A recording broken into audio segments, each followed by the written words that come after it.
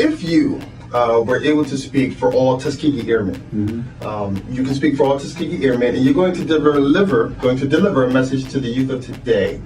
What would that message be? The message would be, don't let anyone define you. You define yourself.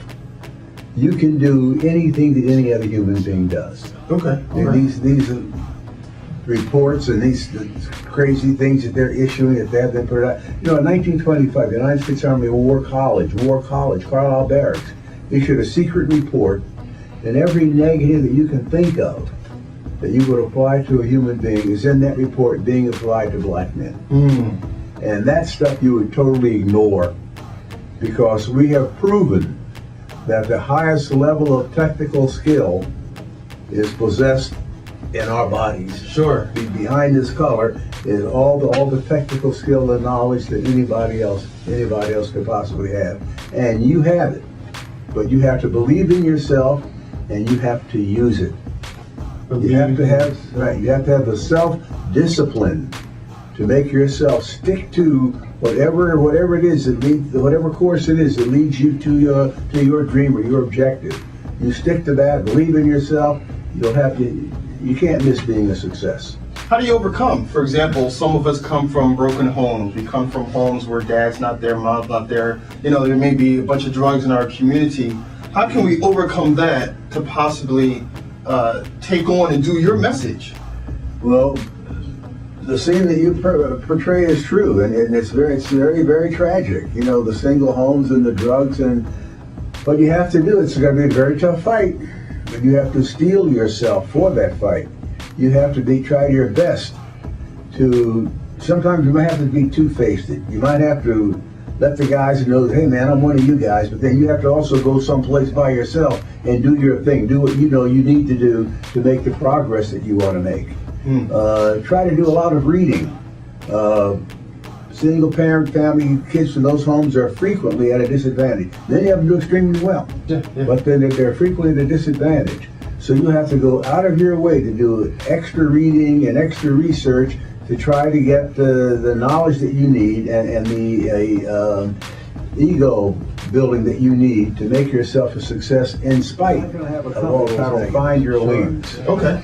And it's based on the experience of Tuskegee Airmen, wherein we help young people learn who they are. Okay. Not who their parents say they are, not who the uncle said they are, not who some other artificial source said they are, but we help them find out what's in their heart and in their gut. Okay, all right. What's in their mind. And is that via workshops? Do you conduct workshops? Well, it's something like workshops, but we can do it usually on a group basis. Okay.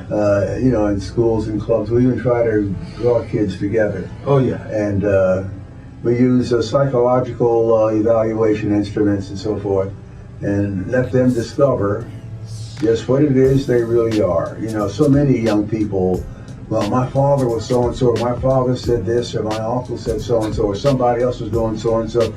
Well, what do you want to do? What do you love to do? Okay, yeah. I would like to not have to work. Okay, yeah. If you're doing what you love to do, you're not working. You get up every morning, whistle, sing, go off and have fun. Yeah. And then you get paid for it. Sure. It kind of helps them find their passion. Right, that's what we want kids to be able to do. In the spirit of Red Tails, the movie is out. George Lucas put up his own money to get the movie finally made. $93 million. $93 million, wow. It took him, he said, 22 years. He'd been trying to get other studios to make a movie about that story. Okay. And none of them would take it up. So finally he got tired of waiting around, put up his own $93 million. Okay. To make the Red Tail movie. Yeah. Starring Terrence Howard, Cuba Gooding, and Nate Parker, and some others. And I believe it's still playing in certain movie theaters. I'm sure it is still playing in some movie theaters. It's a darn good portrayal of what happened. Okay, so you think it's really accurate? Well, no, without question. In the beginning, very, very early in the movie, they showed a character named Lightning. Yes. That goes down and shoots up a train engine, but our guy shot up 57 train engines. You know, these trains are carrying supplies up to the front. They're carrying the enemy's war materials. Sure. So after an escort, our guys did a lot of escorting of bombers. Okay. And after you've escorted the bombers to their target on your way back home, if you see anything down there that's it belongs to the enemy, you down and attack it. Okay, yeah. And our guys attack trains, cars, Symbol of the Tuskegee buses, Airmen, boats. obviously the first black air pilot unit to be so successful. But if you could say we symbolize that, but we also symbolize this, and we also mean this, what would that be? We also mean breaking the chains that shackled us to a demeaning past. It showed us that we represent progress that has been made and can be made. And our symbol would be an arrow shot straight up. Okay.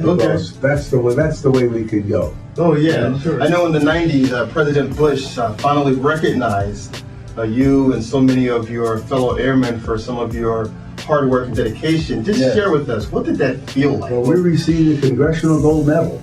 Okay. And there were close to 400 of us in the rotunda down at in D.C. at the White House. And President Bush, Colin Powell, Senator Rangel, Senator Levin, Nancy Pelosi, a number of dignitaries were there when we received the Congressional Gold Medal.